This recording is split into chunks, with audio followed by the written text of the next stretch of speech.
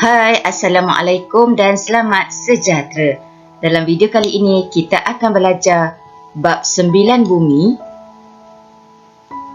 dan fokuskan kepada 9.5 usia bumi.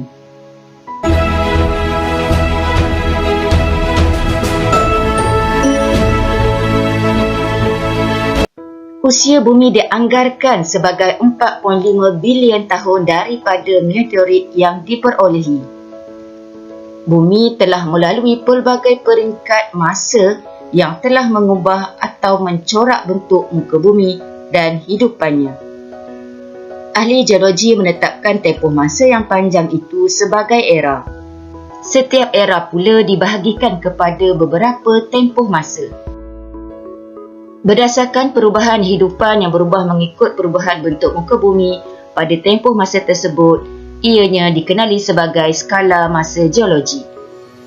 Rajah ini menunjukkan skala masa geologi dan terdapat 4 era, iaitu Prakambria.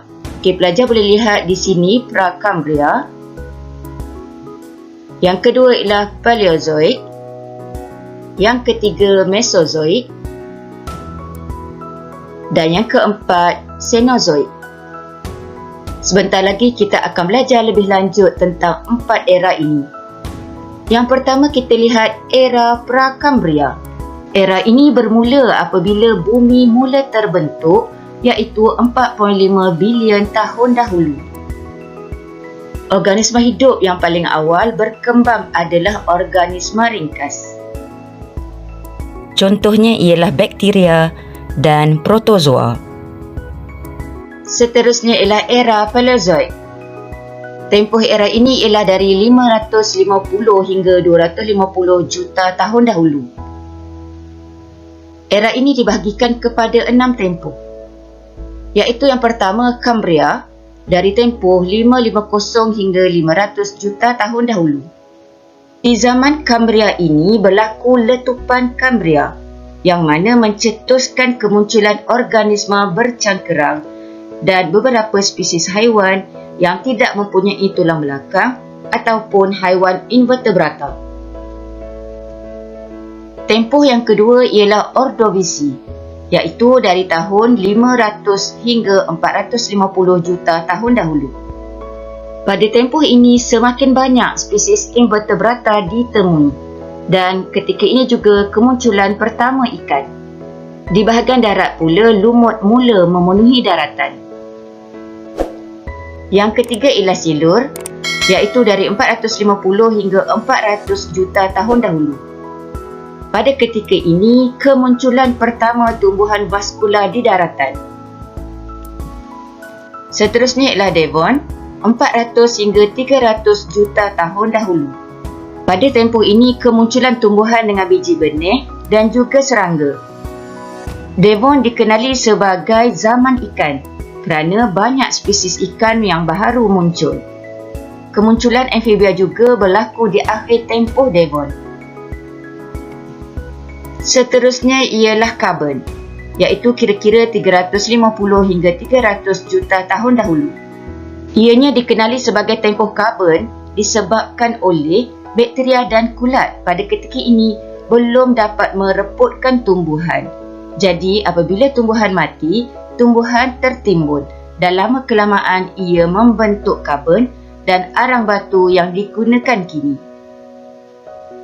Yang terakhir ialah Perm, iaitu kira-kira 300 hingga 250 juta tahun dahulu. Pada tempoh Perm, banyak reptilia muncul. Era yang ketiga ialah era Mesozoik. Tempohnya ialah 250 hingga 65 juta tahun dahulu. Era ini dibahagikan kepada 3 tempoh. Yang pertama ialah Trias, dari 250 hingga 200 juta tahun. Yang kedua ialah Jura, 200 hingga 150 juta tahun. Dan yang ketiga ialah Kapur, 150 hingga 65 juta tahun. Pada zaman Trias, wujud dinosaur, tetapi pada ketika ini saiznya adalah kecil. Baiklah, cuba pelajar teka, ini adalah haiwan apa? Ini ialah Morganocodon. First time dengar kan? Morganocodon ialah salah satu mamalia yang hidup pada zaman jura. Pada zaman jura juga, kemunculan tumbuhan yang tidak berbunga seperti konifer. Kita lihat lebih lanjut tentang zaman kapur dari 150 hingga 60 juta tahun dahulu.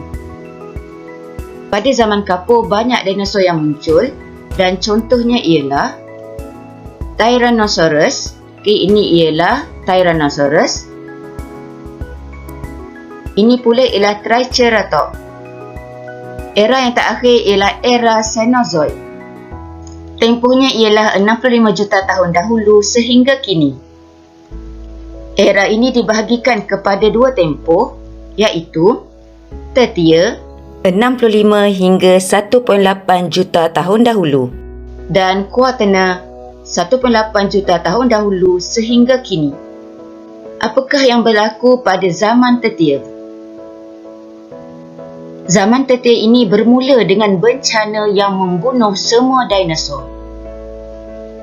Semasa tempoh Quaternaire pula, manusia awal menggunakan peralatan yang diperbuat daripada batu dan tamadun bermula. Terdapat juga mamalia besar pada tempoh ini, iaitu harimau bertaring panjang dan mamut. Baiklah pelajar-pelajar, cikgu nak tanya, bagaimanakah ahli geologi boleh tahu tentang perubahan bentuk muka bumi dan hidupan? Ya betul, jawapannya ialah berdasarkan fosil yang ditemui. Ini ialah contoh fosil. Ini juga fosil yang telah ditemui. Jadi, apakah yang dimaksudkan dengan fosil? Fosil merupakan bahan bumi yang terbenam dan tertimbus seperti tumbuhan, haiwan dan serangga untuk jangka masa yang sangat lama. Di sini, cikgu sertakan juga fosil daripada haiwan yang telah dijumpai. Seterusnya kita lihat apakah kepentingan fosil. Yang pertama, memberikan maklumat tentang cara spesies haiwan dan tumbuhan di bumi berubah merentas berbilion tahun. Yang kedua, memberikan maklumat tentang spesies yang telah hilang dari bumi. Contohnya ialah harimau bertaring panjang dan yang kedua, mamut. Cikgu harap semua pelajar telah pun faham tentang subtopik 9.5 usia bumi. Teruskan belajar. Semoga video ini bermanfaat untuk semua. Jumpa lagi. Jutaan terima kasih saya ucapkan kepada semua subscribers. Tidak kira di mana anda berada, teruskan sokongan anda kepada channel saya. Jangan lupa like, komen, subscribe dan aktifkan notifikasi lonceng agar anda tidak terlepas video terbaru daripada saya. Terima kasih kerana menonton video ini. Terima kasih.